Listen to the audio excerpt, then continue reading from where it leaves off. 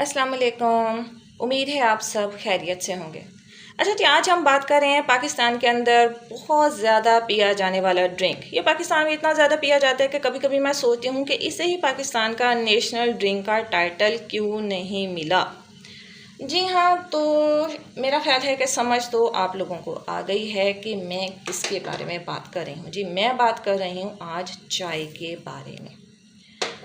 अक्सर लोग ये कहते हैं कि चाय पीने से रंग काला हो जाता है, तो क्या ये मिथ है या फिर इसका हकीकत से कुछ वाकई में लेना देना है? अगर है तो इसका मोड ऑफ एक्शन क्यों क्या है, ये सब क्यों होता है, तो आज हम इसी टॉपिक पे बात करेंगे। देखें, मैं आपको एक बात बता दूं। देखें, वो कौन सी चीज़ें हैं जो कि चाय के साथ मौजूद हैं लेकिन उनके बारे में कहा जाता है जी कि हमें ख़राब कर रही हैं।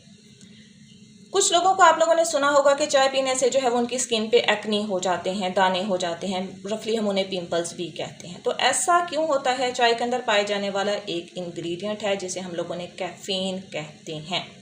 ये कैफ़ीन जो है वो एक्चुअली हार्मोनल इनबैलेंस कॉज करता है। इसी हार्मोनल इनबैलेंस की वजह से स्किन के ऊपर एक्नी हो जाते हैं। दूसरी बात, कुछ लोगों को चाय पीने से अनइवन स्किन टोन हो जाती है, फेस के ऊपर कहीं से स्किन कलर डार्क हो जाता है और कहीं से लाइट हो जाता है। ऐसा क्यों है? चाय के अंदर एक इंग्रेडिएंट है जिसे हम लोगों ने टैनिन्स का नाम दिया हुआ है। ये टैनिन जो है वो अनइवन स्किन टोन का जिम्मेदार है। नेक्स्ट जो है, ये तो बात हम लोगों ने कर ली जी फेस की। तो क्या बाकी की जो बॉडी की हमारी पूरी स्किन है, क्या ये उसके भी टोन को, उसके कलर को भी ख़राब कर रही है या नहीं कर रही है? या करती है तो कैसे करती है?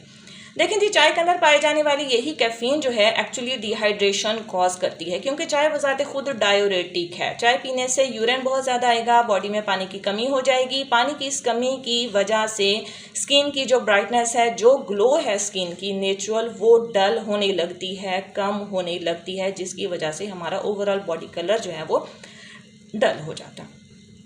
ये तो है जनाब विजिबल रिजल्ट्स, जो कि विजिबली हमें नज़र आ जाते हैं, किसी भी सेकंड थर्ड फोर्थ पर्सन को भी नज़र आ जाएंगे। अब हम देखते हैं कुछ ऐसे इंटरनल केसेस हैं, इंटरनल इश्यूज़ हैं जो दूसरों को नज़र शायद नहीं आएंगे, लेकिन हमें इंटरनली जो है वो फील हो रहे होंगे। भाई अब वो क्या हैं, क्या इश्यूज़ हैं वो हमारे साथ? देखिए, चाय पीने के साथ जो सबसे बड़ा एक इशू जुड़ा हुआ है ना, वो ये है कि ये आयरन की एब्जॉर्प्शन को कम कर देती है।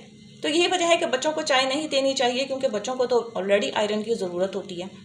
तो जब ये आयरन की एब्जॉर्प्शन को ये चाय जो है वो कम कर देगी, तो इसके फिर कुछ आफ्टर इफेक्ट्स होंगे हमारे साथ। अब भाई वो आफ्टर इफेक्ट्स क्या होने हैं हमारे साथ? आयरन की कमी जो है वो हमारे स्लीप वेक साइकिल को भी डिस्टर्ब करेगी। मतलब सोने और जागने का जो दौरानिया है, जो पीरियड है, वो डिस्टर्ब हो जाएगा।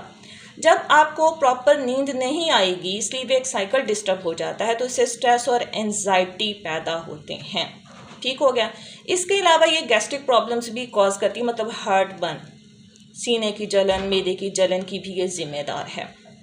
कुछ लोगों को चाय पीने से डिजीनेस होती है ना, चक्कर आने लग जाते हैं। समटाइम्स क्या होता है, हेडेक हो जाता है, नोजिया यानी कि मतली होने लगती है। अच्छा, एक और बड़ा जो है वो इसका फैक्टर है, क्योंकि पहले हम लोग बात कर चुके हुए हैं कि चाय जो है हार्मोनल इम्बैलेंस कॉज करती है, तो इट डज़ मीन ये प्रेग्नेंट फीमेल्स के लिए नुकसानदेह है। प्रेग्नेंट फीमेल्स को जो है वो अवॉइड करना चाहिए, चाय जो है वो ज़्यादा नहीं पीनी चाहिए।